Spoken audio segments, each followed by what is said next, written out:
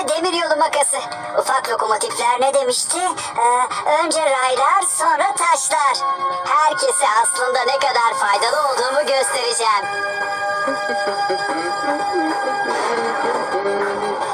Hey, dur gitme. Thomas dur. Nereye gidiyorsun? Dur. Hey, Thomas. Hey. Beni görünce herkes çok heyecanlandı. Demek benim yardımıma ihtiyaçları varmış. Thomas, işçilerin o sırada onu durdurmaya çalıştığını anlamamıştı.